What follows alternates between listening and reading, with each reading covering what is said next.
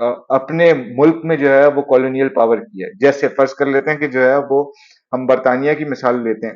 تو برطانیہ نے جس زمانے میں وہاں پہ کیپٹلزم آ چکا تھا، اس وقت جو ہے وہ اگر انڈیا کو جو ہے وہ اپنی کالونی بنایا ہوا تھا، تو اس نے وہ پوری فورسز آف پروڈکشن یہاں پہ ٹرانسفر نہیں کی. اس نے لمیٹڈ فورسز آف پروڈکشن یہاں پہ ٹرانسفر کی، اور اس نے ایک طرح سے جو وہ پورا فیوڈل سسٹم تھا اس کو انفورس رکھا. یہی وجہ ہے کہ برطانیہ کے اپنے مورل ویلیوز ایک الگ معاشرے کے تحت چلتے رہے، کہ وہاں پر چونکہ کیپٹلسٹ موڈ آف پروڈکشن تھا، تو وہاں کے مورلز ویلیوز کا سسٹم بالکل مختلف تھا. وہاں پہ جو ہے وہ عورت جو ہے وہ قدر آزاد آپ کو نظر آ رہی تھی. جب آپ جو ہے وہ اسی کا جو سارا معاملہ ہے آپ انڈیا کے اندر دیکھتے ہیں، تو وہ انڈیا میں چونکہ جو ہے وہ ان موڈ آف پروڈکشنز کو جو ہے وہ زندہ رکھتا ہے جو کہ فیوڈلزم کے ساتھ ایسوسیٹڈ ہے، اور ایک لمیٹڈ انداز کی جو ہے وہ انڈسٹری لگاتا ہے، جس میں بھی صرف اور صرف جو ہے وہ آپ کے پاس ایک بنیادی قسم کا خام مال جو ہے وہ پروڈیوس ہو رہا ہے، اس سے زیادہ کی آگے جو ہے وہ چیزیں نہیں ہو رہی ہیں. تو وہاں پر جو انڈیا میں آپ کو مورلز ویلیوز نظر آئیں گے وہ بالکل مختلف نظر آئیں گے. اسی طرح سے آپ کو جو کالونیز کے اندر کا لا ہے وہ ایک الگ نوعیت کا نظر آئے گا. جو آپ کو جو ہے وہ کالونیل پاور کا اپنا لا ہے وہ ایک الگ انداز سے نظر آتا ہے. تو یہ ساری چیزیں جو ہے وہ کس چیز کے ساتھ جڑی ہوئی ہیں کہ آپ کی اپنی اکنامک بیس جو ہے وہ اس چیز کو ڈٹرمن کرتی ہے کہ کس قسم کا جو ہے وہ سپر اسٹرکچر ہوگا، اور وہ سپر اسٹرکچر کس کو بیسیکلی بینیفٹ کر رہا ہے. جو بھی اس وقت کی رولنگ کلاسز ہیں اس کو بینیفٹ کر رہے ہیں. تو اب جب ہم جو ہے وہ یہاں تک پہنچتے ہیں تو ہمیں یہ پتہ چلتا ہے کہ خالی ہم نے جو ہے وہ بورژوا ریولوشن کی بات تو نہیں کرنی، بلکہ ہم نے جو ہے وہ سوشلسٹ ریولوشن کی بات بھی کرنی ہے. سوشلسٹ ریولوشن کے لیے بھی آپ ایسے ٹائم پر کہ جہاں پر ریلیشنز آف پروڈکشن اور پروڈکٹیو فورسز آپس میں ٹکراؤ کا شکار نہیں ہو رہی، آپ کو انقلاب برپا نہیں کر سکتے. اسی لیے یہ جو لینن کی جو کتاب ہے، بڑی امپورٹنٹ کتاب اسٹیٹ اینڈ ریولوشن، اس میں جو ہے وہ لینن بڑی وضاحت کے ساتھ یہ بات لکھتا ہے کہ انقلاب محض اس وقت نہیں آتا کہ جس وقت جو ہے وہ لوگ سڑکوں پر نکلے ہوئے ہوں اور وہ انقلاب کرنا چاہ رہے ہوں، بلکہ انقلاب ایک ایسی کیفیت ہے، ریولوشن ایک ایسی سچویشن میں آتا ہے جب اسٹیٹ موجودہ جو کانٹرڈکشنز اس کے اندر ایگزسٹ کر رہی ہیں ان کو ریکنسائل کرنے میں، ان کو جو ہے وہ کسی ایٹ پار رکھنے میں، ایٹ پیس رکھنے میں جو ہے وہ ناکام ہو جائے. تو یہ بڑی امپورٹنٹ چیز ہے جس کو سمجھنا ضروری ہے کہ ایک ٹائم جہاں پر ریلیشنز آف پروڈکشن رکاوٹ بننا شروع ہو جاتے ہیں پروڈکٹیو فورسز کی اپنی ڈیولپمنٹ میں، دیٹ از دا ٹائم جہاں پر کانٹرڈکشن اتنا شارپ ہو چکا ہے کہ اس کے پاس اور کوئی چارہ ہی نہیں ہے سوائے اس کے کہ جو ہے وہ ایک انقلابی کیفیت میں چلا جائے، اور وہاں پر پھر جو انقلابی ہیں، جو انقلابی کلاسز ہیں، وہ جب ایکٹ کرتی ہیں تو ریولوشن جو ہے وہ مکمل ہوتا نظر آتا ہے. تو ایک آبجیکٹو کنڈیشن ہے اس کی، کہ آبجیکٹو کنڈیشن کیا ہے کہ ریلیشنز آف پروڈکشن جو ہیں وہ رکاوٹ بن چکے ہوں ڈیولپمنٹ آف پروڈکٹیو فورسز کی، اور دوسری آپ کے پاس جو ہے وہ سبجیکٹو کنڈیشن ہے کہ ایسے لوگ موجود ہوں، ایسی کلاسز موجود ہوں کہ کلاسز تو ڈیفینیٹلی وہاں پر موجود ہوں گی کہ جو ہے وہ ان کانٹرڈکشن ہوں گی، اور جن کے لیے اب ضروری ہو گیا ہوگا کہ وہ اس کو اٹھا کر پھینکیں. لیکن ایک ایسا سیکشن موجود ہو، ایک ایسی پارٹی موجود ہو، ایک ایسا گروہ موجود ہو جو اس ریولوشن کو جو ہے وہ لیڈ کر رہا ہو، جو ایکٹ کر رہا ہو اس پورے ایپوک آف سوشل ریولوشن کے اوپر، تو پھر آپ کے پاس جو ہے وہ ریولوشن جو ہے وہ برپا ہوتا ہوا دکھائی دیتا ہے. تو ہم جب بیسیکلی اگر ہم جائزہ لیں تو 20th سینچری کے شروع ہونے سے پہلے یورپ بڑی تیزی سے ایک ایسی سچویشن میں جا رہا تھا کہ جہاں پر پروڈکٹیو فورسز جو ہیں وہ بڑھتی چلی جا رہی تھیں، اور ریلیشنز آف پروڈکشن جو ہیں وہ اس کو ایک طرح سے روک رہے تھے. کیوں روک رہے تھے؟ اس کی وجہ یہ تھی کہ سوری اس کی وجہ یہ تھی کہ جو پورا پروسیس آف انڈسٹری تھا وہ تو بہت تیزی سے پروڈیوس کرنے کے قابل ہو گیا، لیکن جو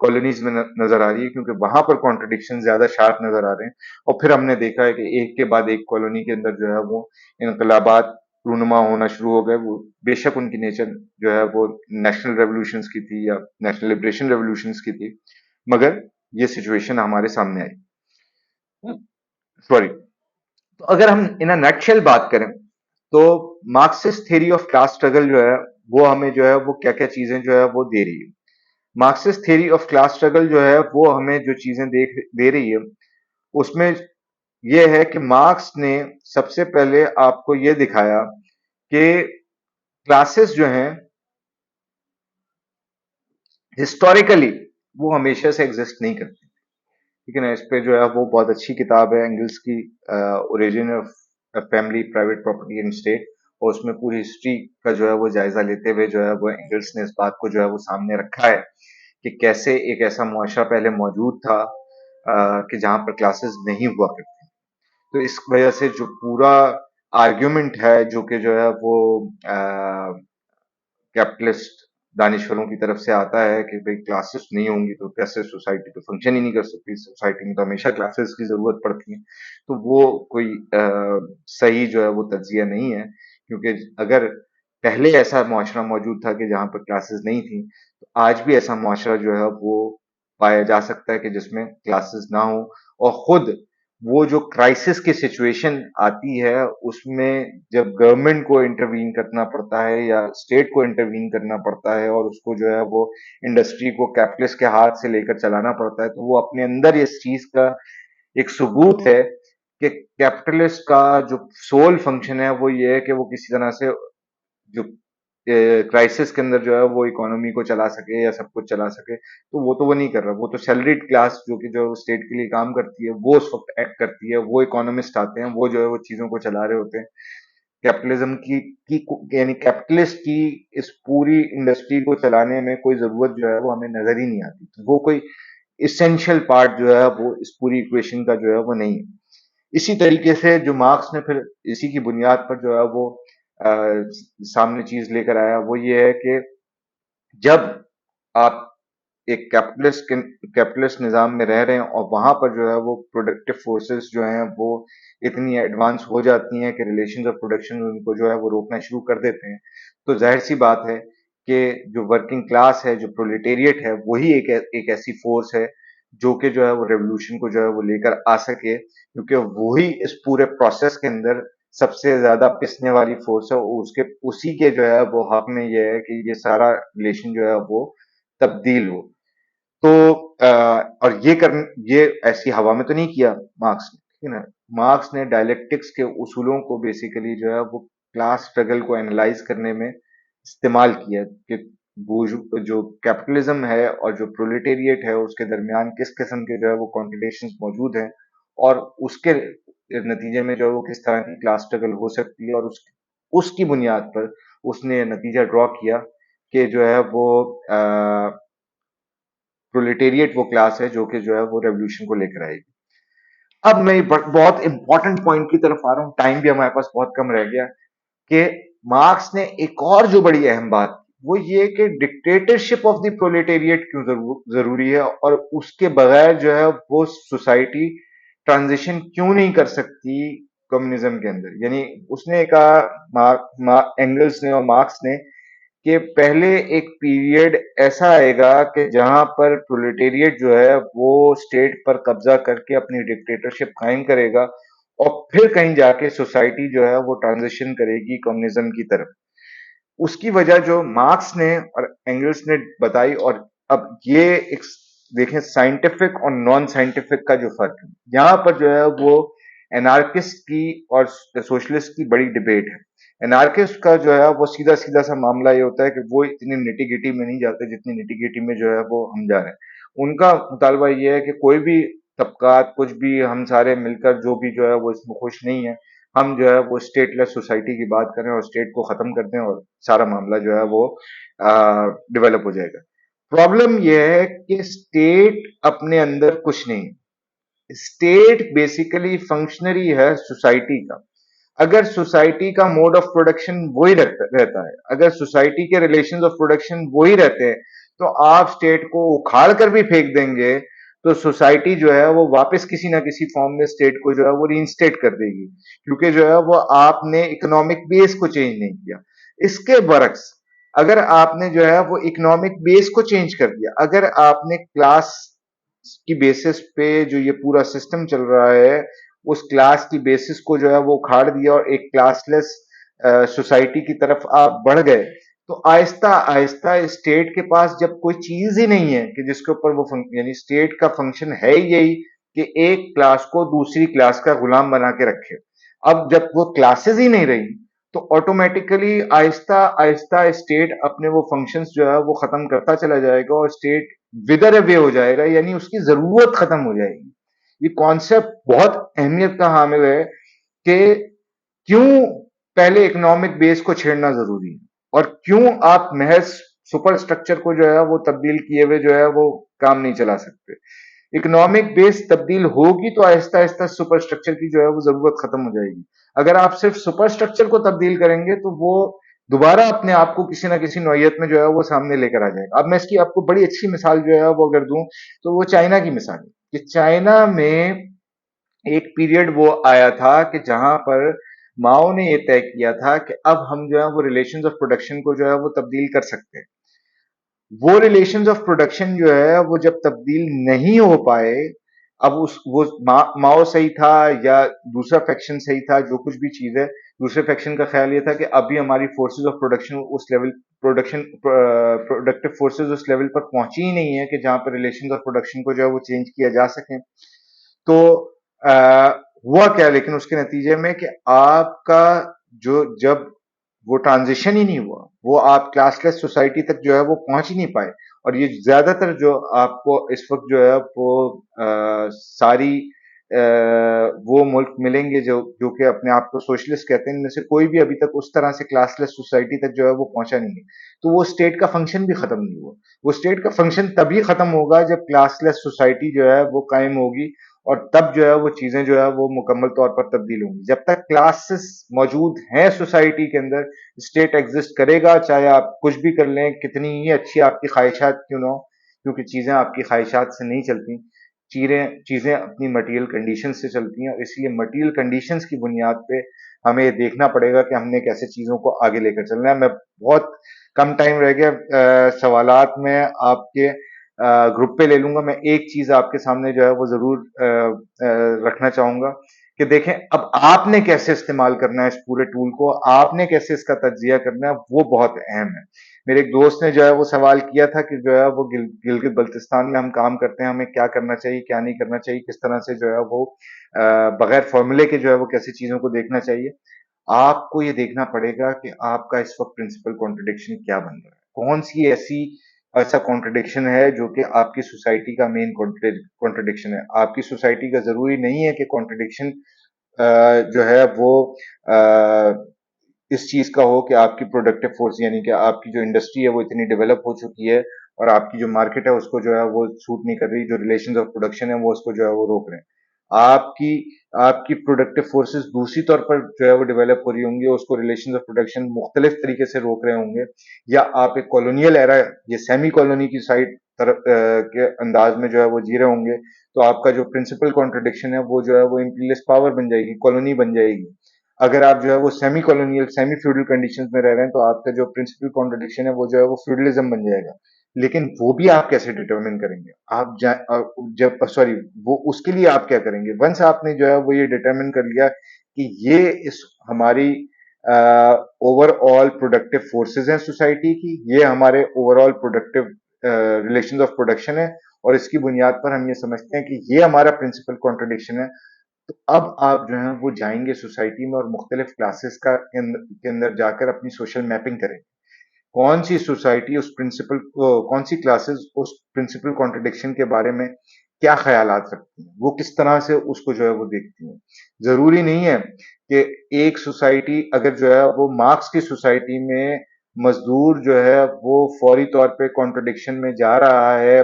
سرمایہ دارانہ نظام سے،